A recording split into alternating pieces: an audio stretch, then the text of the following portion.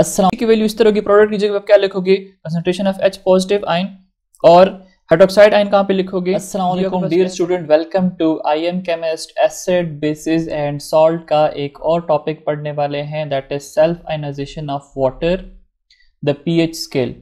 अगर आपने मेरे चैनल को सब्सक्राइब नहीं किया हुआ तो लाइक, सब्सक्राइब और अपने फ्रेंड्स के साथ शेयर ज़रूर कीजिए अगर आपको मेरी वीडियोस अच्छी लगती हैं। अगर आप कोई सजेशन देना चाहते हैं या आपका कोई टॉपिक है जो आप करवाना चाहते हैं जिसकी आपको समझ नहीं आई तो वो आप कमेंट सेक्शन के अंदर मेंशन कर सकते हैं। लेट्स स्टार्ट और वीडियो। टॉपिक हमारे पास है सेल्फ आयनाइजेशन। सेल्फ का क्या मतलब है? सेल्फ मतलब खुद, आयनाइजेशन का मतलब कन्वर्जन इनटू आयंस। ठीक है, दो टाइप्स के आयन होते हैं, पॉजिटिव आयन होता है और नेगेटिव आयन होता है। वाटर का मतलब है H2O की बात हो रही है। उसके बाद नेक्स्ट जो है that is pH scale. PH scale मैं आपको बाद में बताऊंगा, पहले हम सेल्फ आयनाइजेशन ऑफ वाटर की बात कर लेते हैं कि सेल्फ आयनाइजेशन ऑफ वाटर का मतलब क्या है। सेल्फ का मतलब ये है कि आपके पास दो वाटर मॉलिक्यूल हैं, उनको आप एक दूसरे के साथ रिएक्ट करवा लो, उससे क्या बनेगा, कोई ना कोई प्रोडक्ट की फॉर्मेशन होगी। ये दोनों आपके पास क्या है, दीज आर द रिएक्टेंट।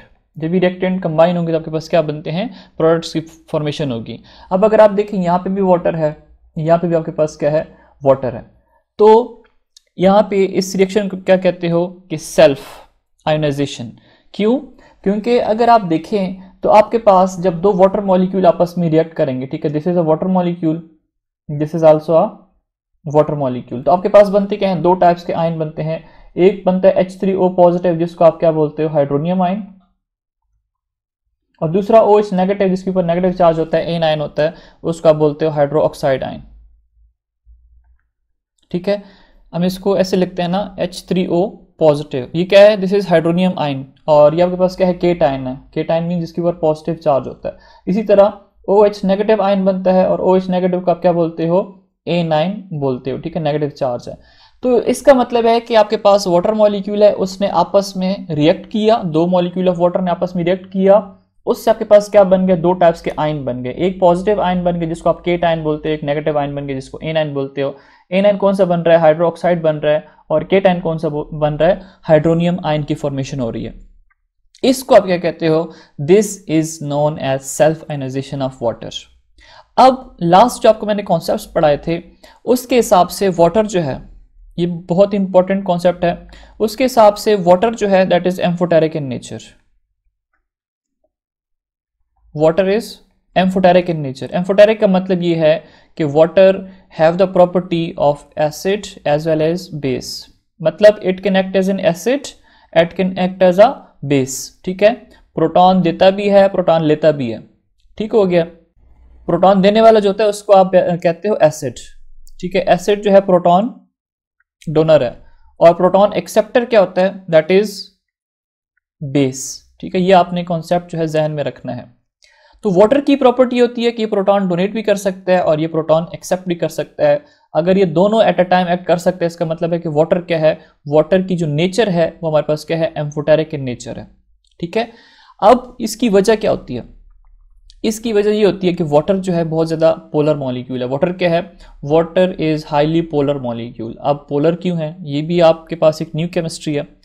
ठीक है, अब इसकी वजह ये है कि अगर हम ड्रॉ करते हैं स्ट्रक्चर ऑफ वाटर मॉलिक्यूल, अब वाटर हमें पता है कि water is composed of 1 oxygen and 2 hydrogen atom. अब ऑक्सीजन जो है ग्रुप 6 से बिलोंग करता है, तो इसका मतलब है इसके वैलेंस में होंगे 6 इलेक्ट्रॉन, 1 2 3 4, ये 5 और ये 6। हाइड्रोजन का हमें पता है कि हाइड्रोजन बिलोंग करता है ग्रुप 1A से। ठीक है, 1A के ऊपर पड़ा हुआ है, तो इसका मतलब इसके अंदर एक इलेक्ट्रॉन होता है, तो वो हम यहाँ पे लिख लेते हैं इससे। हाइड्रोजन का एटॉमिक नंबर होता है 1, तो इलेक्ट्रॉनिक कन्फिग्रेशन बनेगी इसकी 1s1। ऑक्सीजन का एटॉमिक नंबर होता है 8, अगर हम इसकी इलेक्ट्रॉनिक कन्फिग्रेशन करें तो क्या होगा, 1s2 2s2 और 2p4। तो पहले शेल के अंदर 2 इलेक्ट्रॉन, वैलेंस के अंदर 6 इलेक्ट्रॉन्स। अब हाइड्रोजन के अंदर 1 इलेक्ट्रॉन है, इसको हमें स्टेबल करना है तो इसका डुबलेट कंप्लीट करना पड़ेगा। डुबलेट के लिए इसको एक मजीद इलेक्ट्रॉन चाहिए। ऑक्सीजन के वैलेंस में 6 इलेक्ट्रॉन है, इसका हमने ऑक्टेट कंप्लीट करना है, इसको 2 इलेक्ट्रॉन्स चाहिए। तो हम करते क्या हैं कि दोनों को स्टेबल कर देते हैं। किस तरह, यहाँ पे हाइड्रोजन को अगर हम ऑक्सीजन के साथ बॉन्ड कराते हैं, कोवेलेंट बॉन्ड बनाएंगे, शेयरिंग ऑफ इलेक्ट्रॉन से जो बॉन्ड बनेगा that is known as covalent bond, तो इनके बीच में क्या बन जाता है, यहाँ पे कोवेलेंट बॉन्ड की फॉर्मेशन हो जाती है। हाइड्रोजन के यहाँ से डुप्लेट कंप्लीट हो जाएगा इस हाइड्रोजन का। अगर हम इसको देखें यहाँ पे भी इस हाइड्रोजन का क्या हो जाता है, डुप्लेट कंप्लीट हो जाता है। इसका मतलब हाइड्रोजन यहाँ पे स्टेबलाइज हो जाते हैं। अभी अगर हम बात करते हैं ऑक्सीजन की, तो ऑक्सीजन के पास अब कितने इलेक्ट्रॉन्स हैं, ये इलेक्ट्रॉन्स ऑक्सीजन की भी है ना, तो 2 + 2 4, 4 + 2 6, 6 + 2 8। So this is how water molecule हमारे पास स्टेबलाइज्ड हो जाता है। ये तो आपके पास होगी स्टेबिलिटी की बात। उसके बाद अगर आपको मैं आपकी फोटोकॉपी के साथ लड़वा दूं, ठीक है, उस आपकी फोटोकॉपी कर लूं और आपकी फोटोकॉपी के मैं फाइट करा दूं, तो कौन जीतेगा? कोई भी नहीं जीतेगा। वजह, दोनों की फोर्सेस क्या है, सेम है। लेकिन अगर आपको मैं जॉन सीना के साथ आपकी रेसलिंग करा दूं, किसी रेसलर के साथ आपकी मैं रेसलिंग करा दूं, तो ऑब्वियसली आप हार जाओगे, क्योंकि आपकी जो फोर्स है, ताकत है, वो कम है। यहां पे भी क्या होता है कि ऑक्सीजन जो है, ऑक्सीजन काम करेगा रेसलर का। ऑक्सीजन किसका काम करेगा? रेसलर का काम करेगा, बहुत ज्यादा ताकतवर होता है। और हाइड्रोजन बेचारा जो है, ये मेरी तरह बहुत ही वीक सा होता है। तो होता ये है कि जो ऑक्सीजन है इसकी पावर ज्यादा है, तो ये क्या करेगा, हाइड्रोजन का जो एक इलेक्ट्रॉन है जिसके साथ इसने बॉन्ड बनाया हुआ शेयरिंग करके, उस बेचारे को भी अपनी तरफ खींच लेगा। हाइड्रोजन के पास एक ही इलेक्ट्रॉन है, वो भी ऑक्सीजन अपनी पावर यूज करके इलेक्ट्रॉन अपनी तरफ ड्रैग कर लेगा। सिमिलरली यहां से भी ऑक्सीजन क्या करेगा, फोर्स लगा के हाइड्रोजन के इलेक्ट्रॉन को अपनी तरफ ड्रैग कर लेगा, अपनी तरफ करीब कर लेगा। अब ये जो फोर्स है जिसकी वजह से ऑक्सीजन इस इलेक्ट्रॉन को अपनी तरफ खींच रहा है, इसको हम क्या कहते हैं, this is known as electronegativity. इसको हम क्या कहते हैं, फोर्स।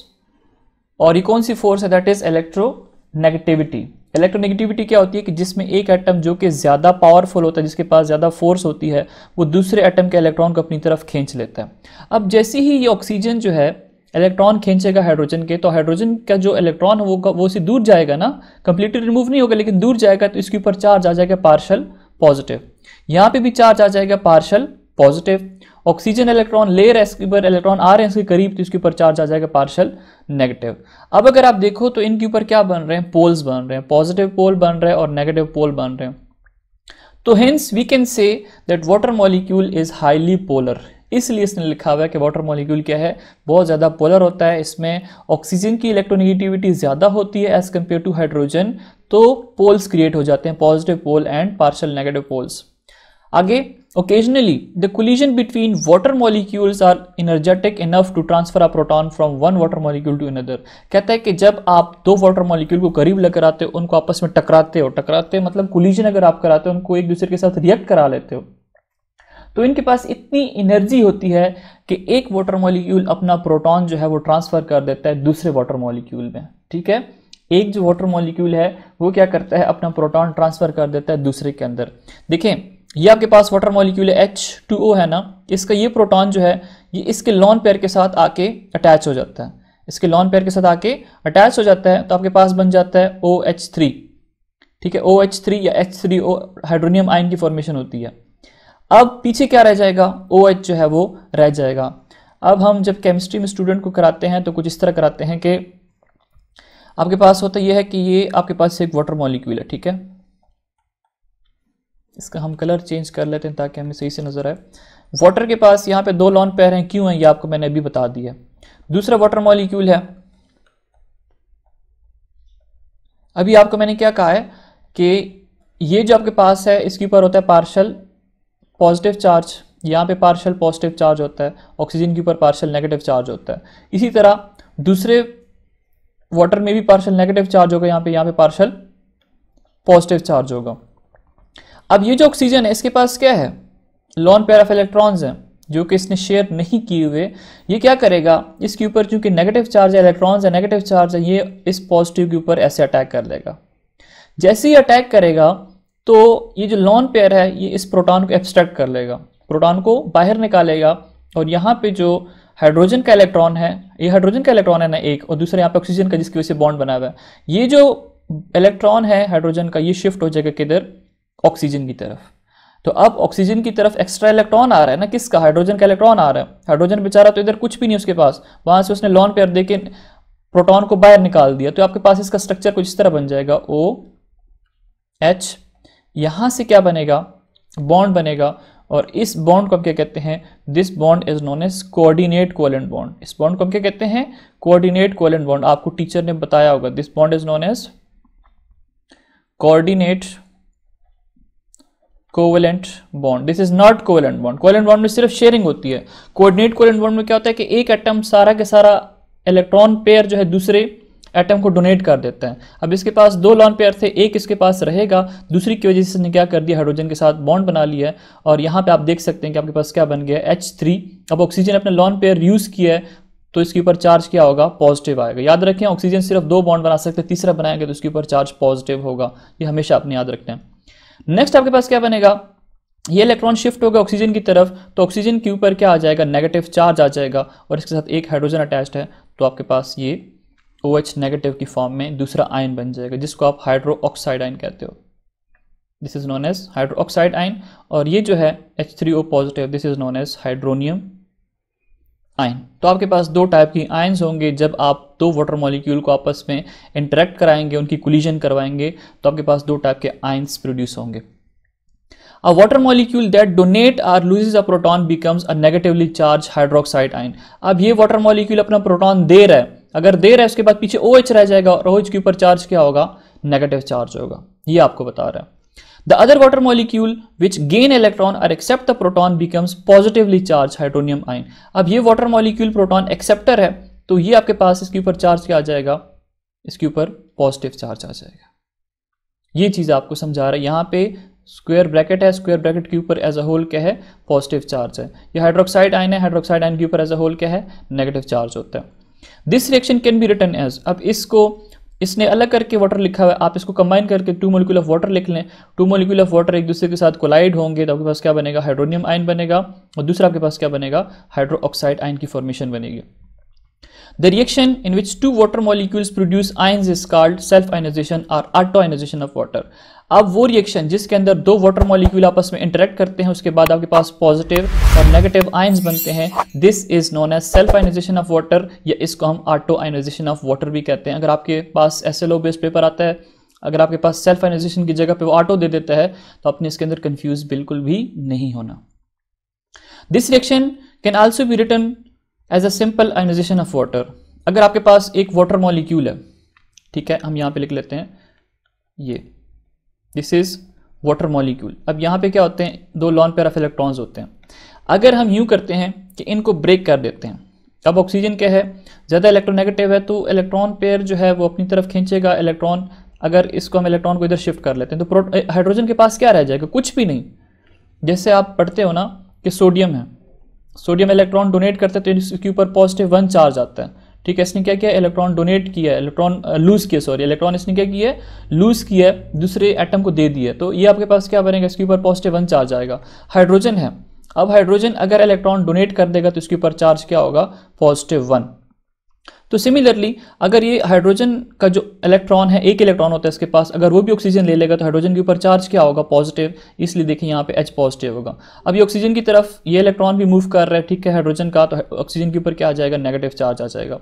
अब ये जो आपके पास है H positive, this is known as hydrogen ion, और ये जो OH नेगेटिव बन गया, दिस इज हाइड्रोक्साइड आयन। ये तब बनता है जब आपके पास सिर्फ एक मॉलिक्यूल ऑफ वाटर होगा। एक मॉलिक्यूल ऑफ वाटर अगर टूटेगा तो इससे क्या बनेगा, एक हाइड्रोजन आयन बनेगा और एक हाइड्रोक्साइड आयन बनेगा। यहाँ पे मैं आपको एक छोटी सी और चीज़ बता देता हूँ कि अगर आपके पास लिखा होता है H, अगर आपके पास लिखा होता है H पॉजिटिव, अगर आपके पास लिखा होता है H नेगेटिव, इनमें फ़र्क क्या है। This is hydrogen atom, this is hydrogen ion, ठीक है, इसको आप प्रोटॉन बोलते हो, और H नेगेटिव का मतलब है कि दिस इज़ हाइड्राइड आयन। ये बहुत इंपॉर्टेंट कॉन्सेप्ट है, आप 10th क्लास के स्टूडेंट हैं तो आपको ये चीज़ पता होनी चाहिए, आपको टीचर्स ने बताया भी होगा।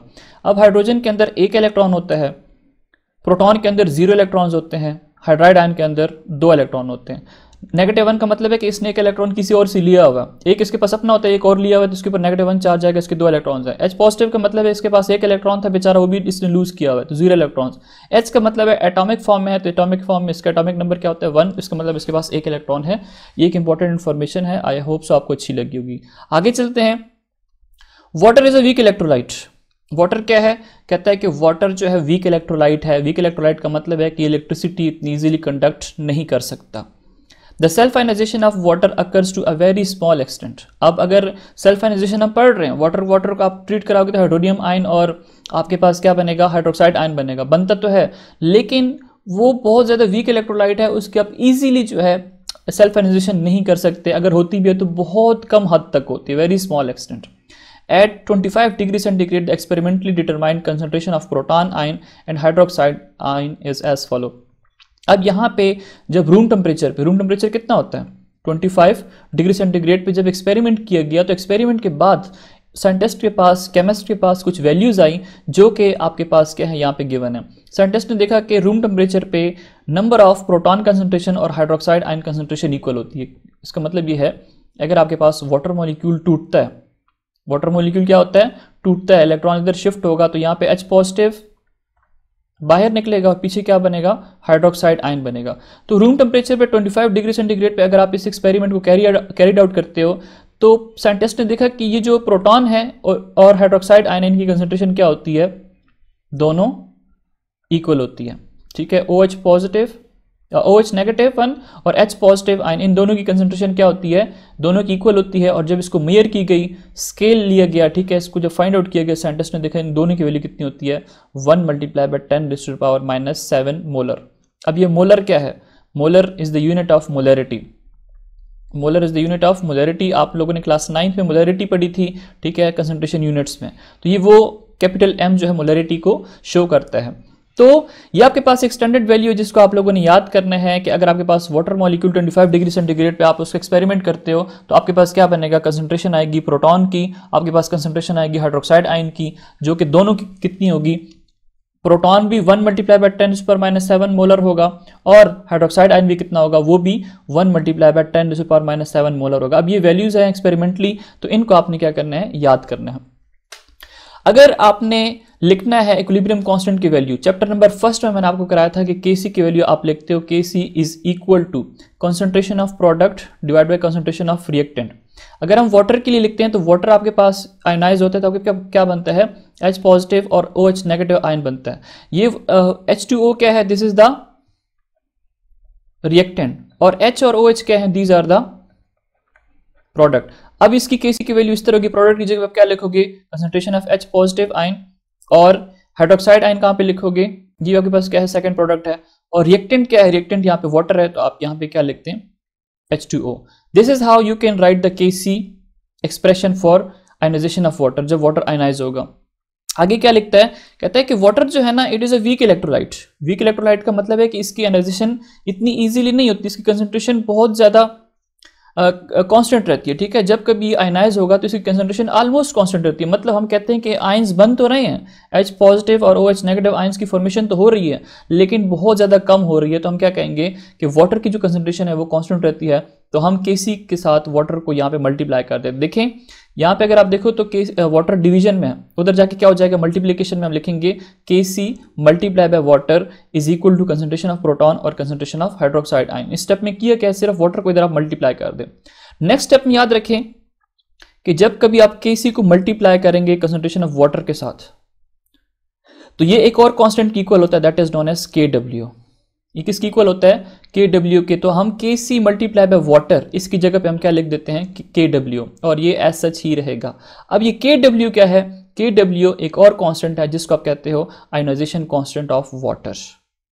अगर आपसे कोई पूछता है कि व्हाट इज Kc तो आप क्या कहते हो, this is known as equilibrium constant. अगर आपसे कोई पूछता है कि व्हाट इज Kw तो आप क्या कहते हो, this is ionization constant of water. तो याद रखें Kw is equal to Kc multiply by water. तो Kc मल्टीप्लाई बाय वाटर की जगह पे आप क्या लगा दें, Kw, तो आपके पास आयनाइजेशन कांस्टेंट ऑफ वाटर जो है वो फाइंड आउट हो जाएगा। It is also called ion product for water, इसको हम आयन प्रोडक्ट भी कहते हैं। It is also called ion product for water. Ion product क्यों कह रहे हो, देखो आप यहाँ पे आयंस को मल्टीप्लाई कर रहे हो, पॉजिटिव आयन और नेगेटिव आयन, प्रोटॉन और हाइड्रोक्साइड आयन को आप एक दूसरे के साथ मल्टीप्लाई कर रहे हो, इसलिए आप क्या कहते हो, आयन प्रोडक्ट फॉर वाटर। अब आपको मैंने भी क्या बताया कि प्रोटॉन की कंसंट्रेशन कितनी आती है 25 डिग्री सेंटीग्रेड पे, 1 × 10⁻⁻⁷ मोलर। हाइड्रोक्साइड आयन की कंसंट्रेशन कितनी आती है, 1 × 10⁻⁷ मोलर। आप क्या करो, इसकी जगह पे वैल्यू पुट कर दो, इसकी जगह पे वैल्यू पुट कर दो। तो ये देखिए यहाँ पे इसने वैल्यूज पुट कर दी, इन दोनों को मल्टीप्लाई कर दो तो आपके पास आ जाएगा 1 × 10⁻⁻14 एट 25 डिग्री सेंटीग्रेड। ठीक है, टेम्परेचर पे वैल्यू कितनी आएगी, Kw ionization constant of water की वैल्यू 25 डिग्री सेंटीग्रेड पे कितनी होती है 1 मल्टीप्लाई बाय 10⁻⁻14। ये आपके पास स्टैंडर्ड वैल्यू है। आपने क्या करना है, इनको याद करना है। एमसीक्यूज में आ सकता है कि Kw अगर है उसकी 25 डिग्री सेंटीग्रेड पे क्या वैल्यू होगी, तो वो होगी 1 मल्टीप्लाई बाय 10⁻⁻14, जिसमें से 1 मल्टीप्लाई बाय 10⁻⁷ मोलर प्रोटॉन होंगे और 1 multiply by 10⁻⁷ molar hydroxide ion की कंसंट्रेशन होगी। अगर हमारे पास प्योर वाटर है, the concentration of proton in hydroxide ions are equal. याद रखें, अगर आपके पास प्योर फॉर्म में वाटर मौजूद है तो उसकी कंसंट्रेशन क्या होगी, उसमें प्रोटॉन, जितने प्रोटॉन्स होंगे उतनी उसके अंदर हाइड्रोक्साइड आयन प्रेजेंट होंगे। तो इसका मतलब है कि इनकी वैल्यू क्या हो जाएगी 1 multiply by 10⁻⁷ at 25 degree centigrade. अब नेक्स्ट क्या है, in 1909 the Danish biochemist Søren Sørensen proposed a convenient method to express such a small concentration of proton ion in hydroxide ion। अब देखो 1 मल्टीप्लाई बाय 10⁻⁷ कितनी small value है, कितनी small value है। इसको मेजर करना या इसको फिर कैलकुलेट करना, फर्दर कैलकुलेशन में इसको यूज़ करना, ये थोड़ा डिफिकल्ट था। तो एक केमिस्ट था, ठीक है, बायोकेमिस्ट था 1909 के अंदर, ये सोरेन सोरेनसन। इसने क्या किया, इसने कॉन्सेप्ट दिया हमारे पास पीएच का और पीओएच का। अब पीएच के लिए जो इसने कॉन्सेप्ट दिया था, उसने कहा था कि pH is equal to negative logarithm of proton ion concentration. उसने क्या कहा था, पीएच आपके पास है negative logarithm of proton ion concentration. इसका मतलब ये है कि अगर आपके पास आयनाइजेशन होती है, ठीक है, एसिड की आयनाइजेशन होती है, उससे एसिड क्या प्रोड्यूस करता है, वाटर। उसके अंदर प्रोटॉन जो एसिड जो है आयनाइज होगा ना, तो वो क्या बनाता है H पॉजिटिव प्रोड्यूस करता है, प्रोटॉन की प्रोडक्शन करता है। अब होता यह है कि ये जो प्रोटॉन बन रहा है, इसका आप कंसंट्रेशन मेजर करें, उसका नेगेटिव लॉगरिथम ले लें, कैलकुलेटर आप निकालें, वहां पे लिखें नेगेटिव लॉग, और जो भी वैल्यू आएगी उसका आप क्या करें, कैलकुलेटर निकालें, उसमें लिखें नेगेटिव लॉगरिथम ऑफ जो वैल्यू होगी वो यहाँ पे पुट कर दो, आपके पास क्या आ जाएगा, जो वैल्यू आएगी दैट वुड बी पीएच। इसी तरह अगर आपके पास पीओएच है, पीओएच क्या होता है, negative log of hydroxide ion concentration, ठीक है। अगर आपके पास बेस है, सोडियम हाइड्रोक्साइड क्या है, बेस है, अगर आप आयनाइज करते हो तो आपके पास सोडियम आयन प्रोड्यूस करता है और OH नेगेटिव आयन प्रोड्यूस करता है, हाइड्रोक्साइड आयन प्रोड्यूस कर रहा है। तो अब ये जो OH नेगेटिव आयन है, इसकी कंसंट्रेशन का आप नेगेटिव लॉगरिथम ले लें तो आपके पास वो बन जाएगा POH। अब इसका सिर्फ और सिर्फ एक ही मकसद था, वो ये था कि आपके पास ये वैल्यूज जो आ रही हैं 10⁻⁷ या 10⁻⁴ जो प्रोटॉन और हाइड्रोक्साइड आयन दोनों की कंसंट्रेशन है, बहुत ज़्यादा स्मॉल वैल्यू होती है। अगर बहुत ज़्यादा स्मॉल वैल्यू होती है तो उसको कन्वीनियंट नहीं होता। इसको कन्वीनियंट बनाने के लिए इन्होंने एक कॉन्सेप्ट दिया था, that is known as pH concept और pOH concept. PH concentration of negative log of proton ion concentration in aqueous solution. pH is defined as negative logarithm for the molar concentration of proton ion in aqueous solution. aqueous solution क्या होता है, water के अंदर जो भी solution बनता है उसको क्या कहते हो, aqueous solution। वाटर के अंदर जो भी सोल्यूशन बनता है that is known as aqueous solution। जैसे आप चीनी लेते हो, ठीक है, अब क्या करते हो, चीनी लेते हो, उसके वाटर के अंदर उसको ऐड कर देते हो, जामी शीरी डाल देते हो, लेमन डाल लेते हो, तो वो आपके पास क्या है, दिस इज आपके पास शरबत बन जाती है। अब शरबत जो है वो किस चीज़ के अंदर बना रहे हो, वाटर के अंदर, तो आप क्या कहोगे, एक्वस सोल्यूशन। और वाटर आप ग्रेटर अमाउंट में ले रहे हो, ठीक है, वाटर को आप ग्रेटर अमाउंट में ले रहे हो, इसका मतलब है कि water would be used as a solvent. इसी तरह शुगर आप लेसर अमाउंट में यूज करते हो, so sugar would be used as a solute. तो जब कभी वाटर के अंदर आप सोल्यूशन बनाओगे, उस सोल्यूशन को आप एक्वस सोल्यूशन कहोगे। एनीवेज, अगर आपके पास एक्वस सोल्यूशन है, उसके अंदर प्रोटॉन कंसंट्रेशन है, उसका आप नेगेटिव लॉगरिथम ले लो तो आपके पास क्या बन जाएगा, that would be known as pH. इसी तरह अगर आपके पास एक्वस सोल्यूशन है, उसके अंदर हाइड्रोक्साइड आयन है, ठीक है, आपके पास पीओएच क्या बनेगा, negative logarithm of hydroxide ion concentration.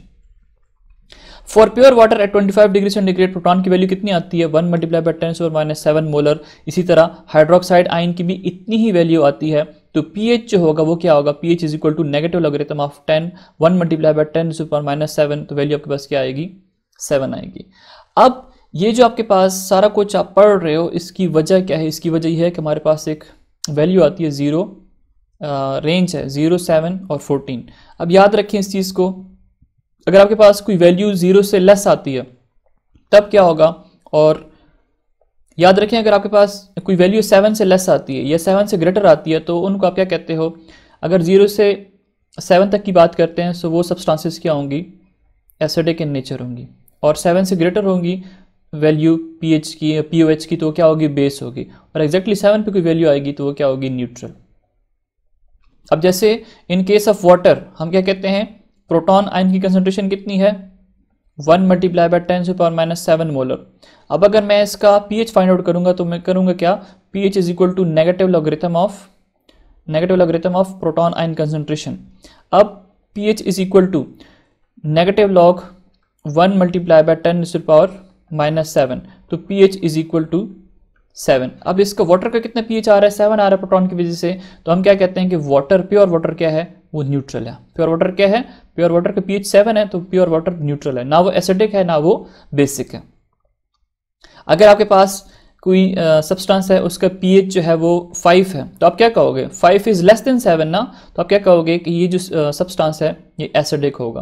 और अगर आपके पास कोई चीज़ है जिसका पीएच जो है वो तकरीबन 8 है, तो आप क्या कहोगे, this is basic in nature. जैसे आपके पास एप्पल है, एप्पल का पीएच है 5.5 to 7, तो ये कौन से साइड पे आता है, ये एसिडिक साइड पे आता है।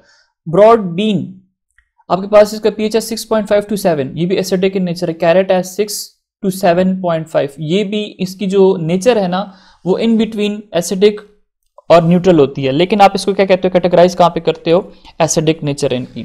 ऑनियन है, ऑनियन 6.5 to 7.5, ये भी एसिडिक इन नेचर होता है। पोटैटो है 5.5 to 6.5, टोमेटो है 5.5 to 7, ये न्यूट्रल के करीब होता है, बेसिसिटी करीब जा रहा होता है, लेकिन 5.5 बहुत स्मॉल वैल्यू है, तो इसलिए आप इसको भी एसिडिक कैरेक्टर के अंदर रखते हो इन सबको। ठीक है, ये आपके पास इनकी पीएच रेंज गिवन है, ये प्लांट्स हैं, इनको आप लोगों ने जो वैल्यूज़ हैं ये अक्सर फेडरल बोर्ड के एमसीक्यूज में पूछे जाती हैं, तो इनको आप लोगों ने याद रखना है, तैयार करके रखना है। 10 pH of water is 7, all aqueous solution with pH 7 at 25 degree centigrade are neutral. जैसे आपको मैंने बता दिया कि जितनी भी एक्वस सोल्यूशन है वाटर के अंदर, अगर आप सोल्यूशन बनाओगे, अगर उनका pH 7 है तो वो क्या कहेंगे, वो क्या कहलाएंगी, those would be neutral in nature.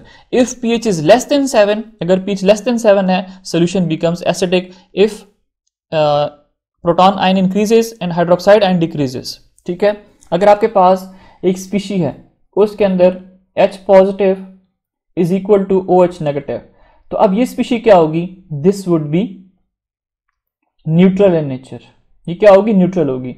लेकिन अगर आपके पास प्रोटॉन आयन कंसंट्रेशन ज्यादा हो जाती है हाइड्रोक्साइड आयन से, तो फिर वो स्पीशी क्या होगी, एसिडिक होगी। और अगर हाइड्रोक्साइड आयन की कंसंट्रेशन ज्यादा हो जाती है प्रोटॉन आयन से, मतलब हाइड्रोक्साइड आयन ज्यादा है, तो वो स्पीशी क्या होगी, बेसिक होगी। हाइड्रोक्साइड आयन बेसिसिटी बताती है कि कौन सी स्पीशी कितनी बेसिक इन नेचर है। प्रोटॉन आयन क्या बताती है, एसिडिक नेचर बताती है। इसलिए अगर हम कहते हैं HCl एसिड है, क्यों एसिड है, क्योंकि H पॉजिटिव देता है। अगर हम कहते हैं सोडियम हाइड्रोक्साइड या पोटेशियम हाइड्रोक्साइड बेस है, उसकी वजह क्या है, उसकी वजह यह है कि OH नेगेटिव आयन जो है ये प्रोड्यूस कर रहा है। नेक्स्ट हमारे पास है what is the importance of KW, ionization of constant या आयन प्रोडक्ट ऑफ वाटर की इंपॉर्टेंस क्या है। KW इज टेम्परेचर डिपेंडेंट, जैसे KC टेम्परेचर डिपेंडेंट है, ये भी आपके पास टेम्परेचर डिपेंडेंट है। अगर आप टेम्परेचर इंक्रीज या डिक्रीज करते हो तो इनकी वैल्यूज जो है वो चेंज होती रहेंगी टेम्परेचर के साथ। If any aqueous solution is at 25 degree centigrade, no matter what does it contain, the proton ion concentration and hydroxide ion concentration is always equal to 1 multiply by 10⁻⁻14। अगर आप experiment कर रहे हो 25 degree centigrade पे, ठीक है, अब concentration proton ion की हमेशा इक्वल होगी हाइड्रोक्साइड आयन की, और इनकी वैल्यू क्या आएगी, 1 मल्टीप्लाई बाय 10⁻⁻14 मोलर, जैसे आपको मैंने पहले बता दिए।